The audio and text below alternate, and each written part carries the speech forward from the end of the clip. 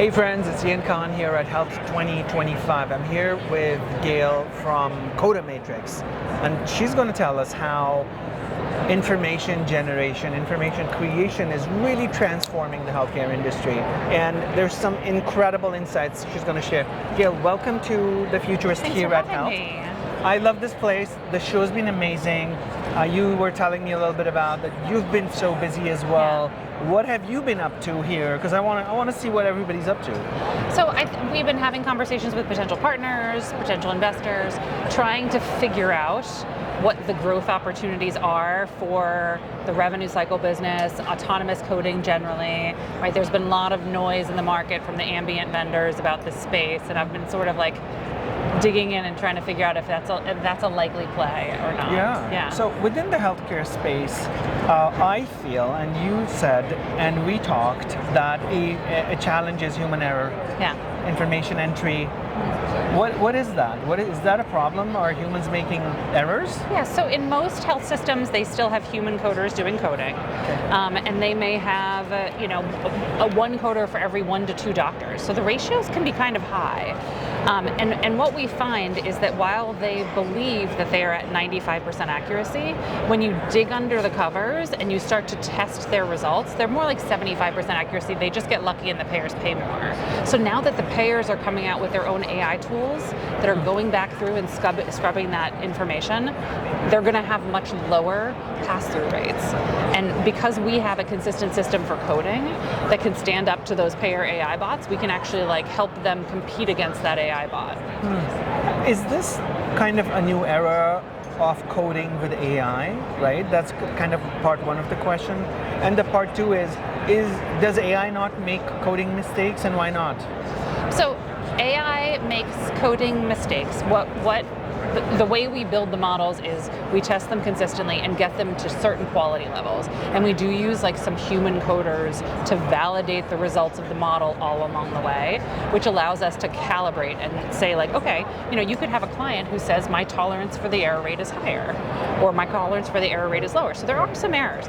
But what we find is that if we use a consistent methodology, it is a heck of a lot easier both for the AI to learn from it and for it to beat human coders. There's a lot of low-code, no-code things happening otherwise as well. Help me understand from a very simplified manner. Imagine I'm not a healthcare industry expert, and we have a lot of audiences who are not from the healthcare industry, but they're technologists. When we are coding in the healthcare industry, what is being coded? Is this computer programs and coding that's being written, or this is... no, sorry, I was not clear. Go ahead, finish your thought. What is being coded?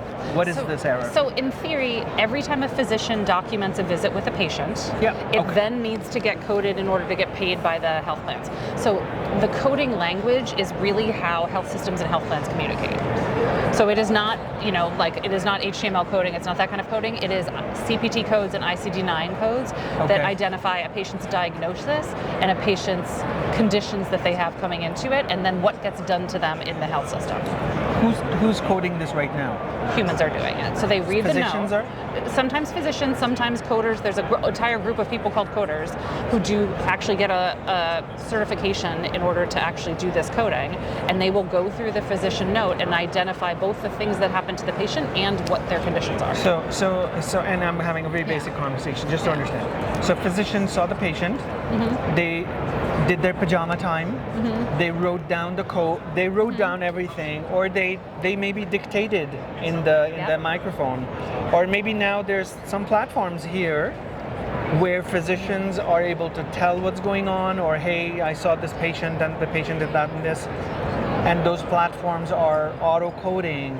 Help us understand the landscape, what are the different ways and this information is being taken into this coding mechanism, and then I'll ask you the next question, right? So it can come either from a typed-in note, or it can come from an ambient dictation, right? That then will automatically load into the EHR.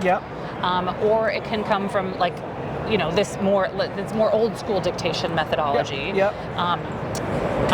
Those are the two big ways it comes in. There are some other smaller niche ways, but so when it goes into the EMR, somebody at the back end of that EMR is converting all those notes written in English, prose, and poetry into healthcare codes. Yes. Right? That's coding. And by the way, fax is still happening. You know Absolutely, that, right? yeah. I heard this earlier as well, that fax is prevalent. It's a plague. And fax must go. I mean, so we still have those still people, faxing, I think, who are dictating into the thingy. They're still living in that era, and things have moved forward. So now we have this person or team that coded things, and they made this error, correct? Yes. Amazing. In some cases, they made it. Yeah. Good. Now I understand it. So now we know the basic steps that it took for information to get in.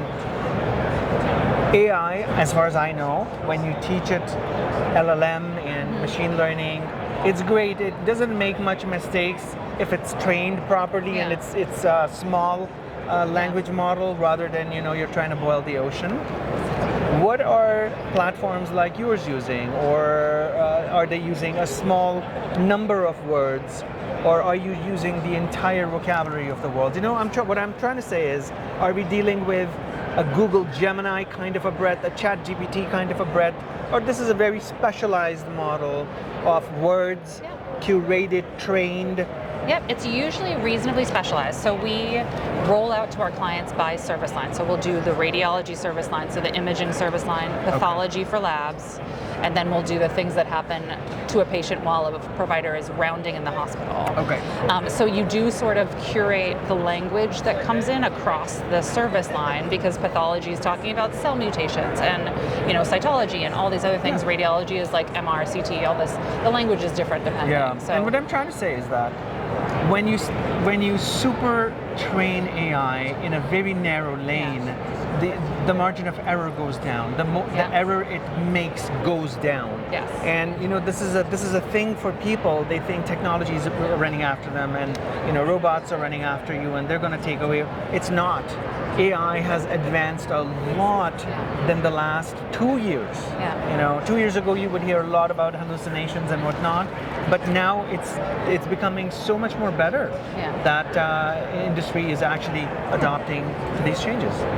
Good. What kind of an adoption are you seeing? What kind of objections do you have from people that you approach on this thing that your company does? It's really interesting. So we do hear from people that they think their quality levels are good enough. We actually just came up with a new approach where we can test their hand coders. So anyone who is we can test the results they're getting and say, actually, this probably isn't good enough. And we think that's a key differentiator that we're going to be able to show to the market and say, look, you guys think you're getting 95% accuracy. We can test 10 of your coders and tell you if we think that's 95%. And then when those things, as the payer builds more bots, you are going to have more problems with those things that are not at 95% accuracy. So our ability to sell the story based on our ability to really pinpoint what is wrong today is critical. Yeah, incredible. What do you see the next 3 to 5 years in the industry? Where do you see things going? Yeah, I mean, what I would not like to see is a head-to-head bot fight between bots across the board. The vision for how I think about coding being able to improve outcomes and help healthcare in general is that it really is the common language between plans, between providers and plans. So the more we can take advantage of that and support things like fee-for-value coding, right? Help identify opportunities for patients to get better care, help identify opportunities for patients to get into clinical trials, because we can look at their whole record and say okay, this person is eligible for this oncology trial. That is really where the stuff that will drive value for the industry is coming from, right? Absolutely. Our ability to improve patient care through better interactions between payers and providers. Absolutely. Last question, did you see any specific trends here especially that you found very interesting, or you were hey, I've never seen this before, or what has really stood out for you here? What has really stood out for me here? I think we find ourselves playing in a space that's it's new, right? So everything with AI, we're all sort of newbies on the block.